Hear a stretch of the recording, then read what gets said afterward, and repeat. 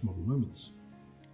Now today of course was Airfix's announcement day for 2024 releases, so I'm going to jump straight in with new tools.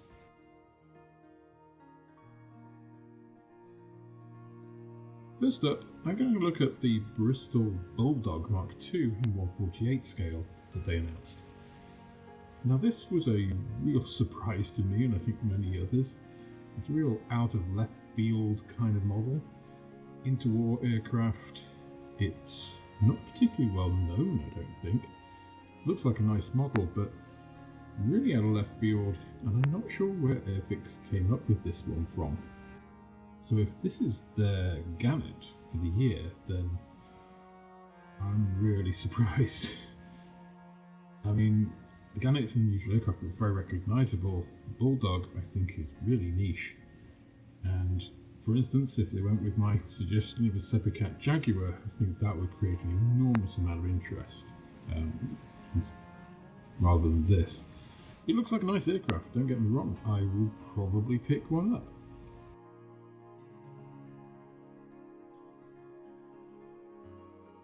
Next up is the Consolidated Liberator. On the 72nd scale, this is one that I predicted they would release this year. Quite pleased to have got that one right. It rounds out their collection of American bombers. It looks really nice. I think this to me is the highlight of the releases for this year. It looks like they've done a fantastic job, as you'd expect them to. I'm really looking forward to this one coming out. The pricing on it as well isn't bad. I think it's £46 or £46.99, around that, which is pretty good. If you look at the Academy ones that are out there, they're much more than that. Obviously this is a new tooling. Only a couple of schemes, but there are plenty of Decals out there for Liberators, so this one's a real hit, I think. Next is the Chinook. Now, I'm sure this will be very well received in a lot of circles. Chinook in 72nd scale, really not my thing. You know, for me, this is it's another helicopter. But there are a lot of people who'll be really interested in this. It looks like they've done a great job. It looks like they've got a full interior in there. Again, the Chinook is a very ubiquitous aircraft. There's plenty to go on it. They've done a couple of schemes here. One in the traditional two-tone camouflage for the British Army.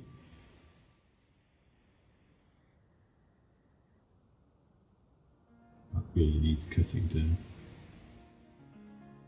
And then another one which is in Gulf War colours, which I think again will be pretty popular. So this one I can see where they're coming from. Didn't see it coming, but yeah.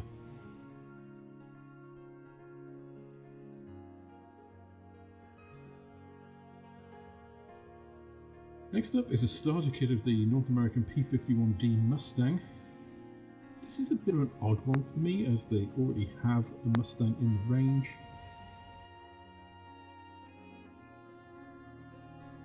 And then the other one is the BF-109F4. Again, a little bit surprising, they already have 109E in the range.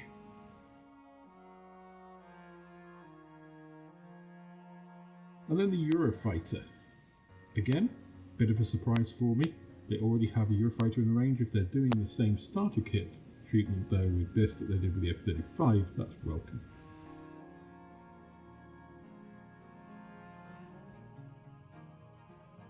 We then have a different boxing, a dogfight double of the new kits, which I think is a good way of releasing them. We then have the lifeboat, the Shannon class. Lifeboats, boats in general aren't really something that interests me that much, but this looks like a really interesting kit. Looks very detailed at 72nd scale, there's a lot to go at there. It's an interesting colour scheme, something a bit unusual, so I think that's something definitely I'll pick up. We then come to kits with new parts, and the first one I'm going to address here is the boxing of the 109F with the existing Spitfire Mark V. So that is a collection together, one old, one new. So I'm classing that as the kits with new parts, again very similar to the prior 109 with P51.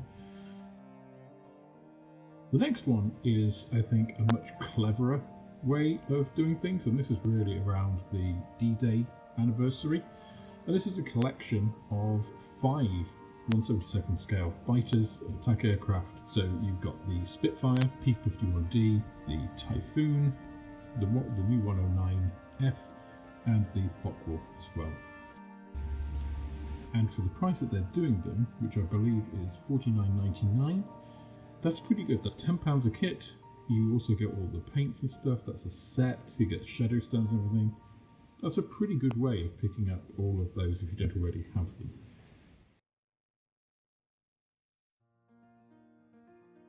Next is the Meteor. Now this is effectively the kit that the club members got in 2023, which has additional parts for the photo reconnaissance. It also has rockets and stuff. This, to me, is a little bit of a cop-out. It's like, yeah, let's just release what the club members had last year. It sort of almost detracts from the club being special because, yeah, you just have to wait a year and then you get it next year. So, to me, that feels like a bit of an own goal. We then have the Bristol Beaufort, this time with the additional turret in the back, which I think is a fair development from prior. You get a nice scheme for the Kiwi Air Force, and also a coastal defence one, which I think is great.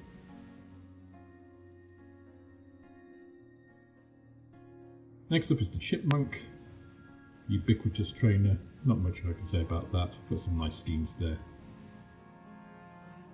Not really my thing, but it looks pretty good.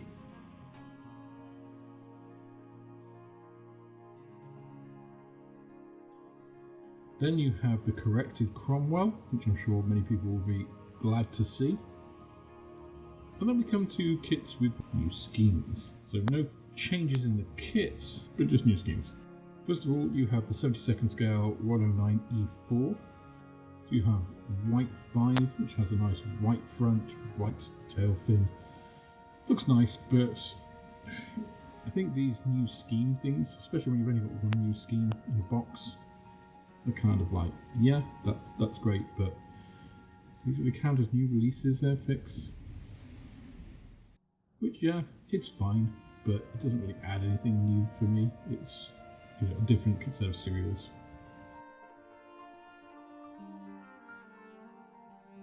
Next up is the Spitfire Mark 1 with a new scheme. There's QVK.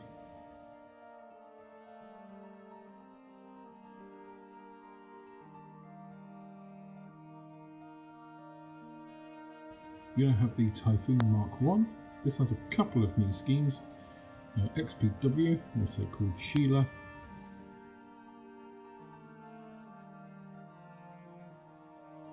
And an Invasion striped version. Again, these are fine, but I don't think they really are new releases.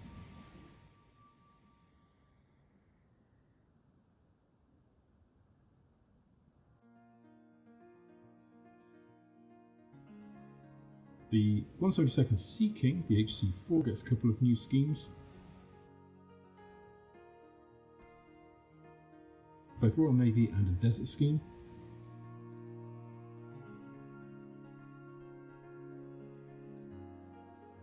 Tiger Moth also gets a couple of new schemes, one of which is an American observation craft.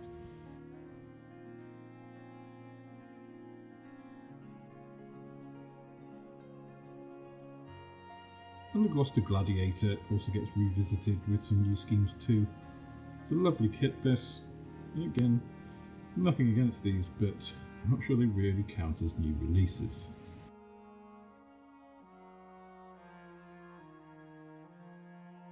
MiG-17F Fresco also gets some schemes, one of which is a captured version in American markings, and also one for the Pakistani Air Force.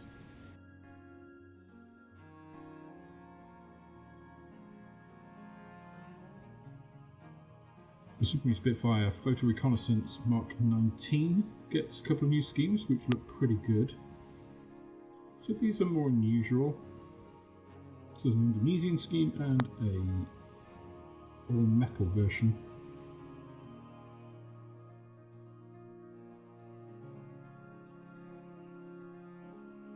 We have the Jet Provost reissued in a lovely red and white trainer scheme. This is a trainer version, obviously, and also the orange and silver.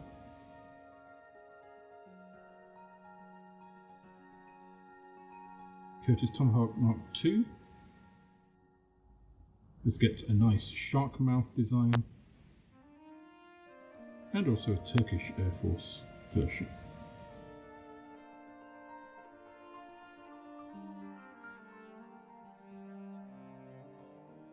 The 48 scale 109 E3 E4 also gets the new scheme treatment,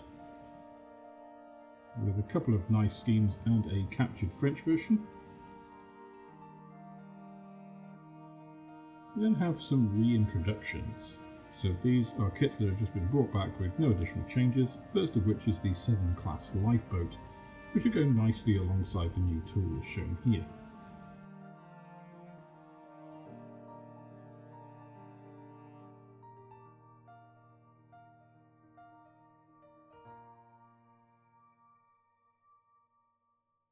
The Armstrong Whitworth Whitley makes a comeback as well.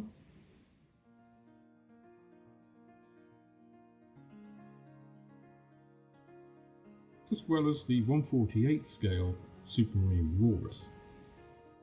Now these are both nice enough kits, and you can still find these on eBay and at model shows at fairly reasonable prices. They haven't been released too long ago, and again it's a chance for people to pick them up, but they're not really new.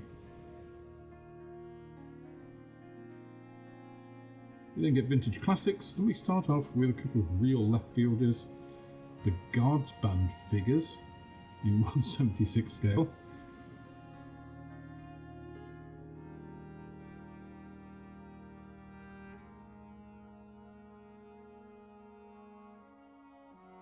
And also the Guards Colour Party.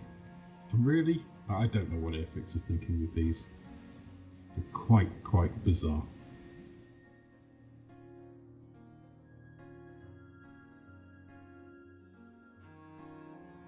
Next up is the Handley Page Hampton, something I was hoping for a new tool of in 2024, but we just get the vintage classic.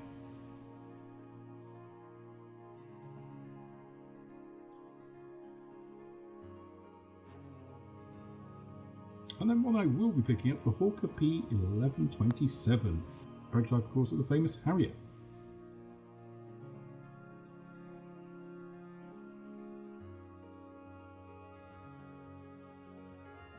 We also get the Bristol 192 Belvedere, which is an interesting, rather gawky looking helicopter.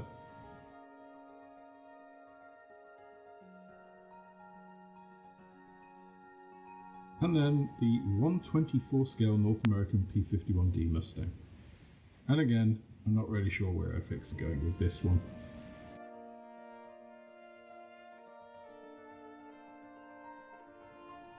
And then have a couple of ships. HMS Ajax in 1/600th scale, and in the same scale HMS Iron Duke.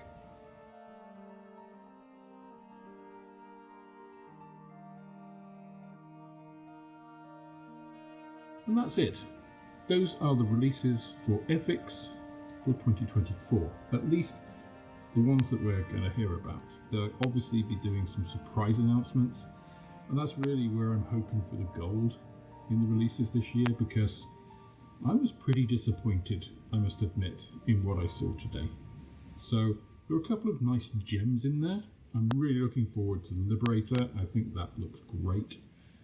The 72nd scale Eurofighter in the starter set I think is interesting. I'll be interested to see how that looks. Price point for the starter set is the same as the F-35. I think that's probably a good one.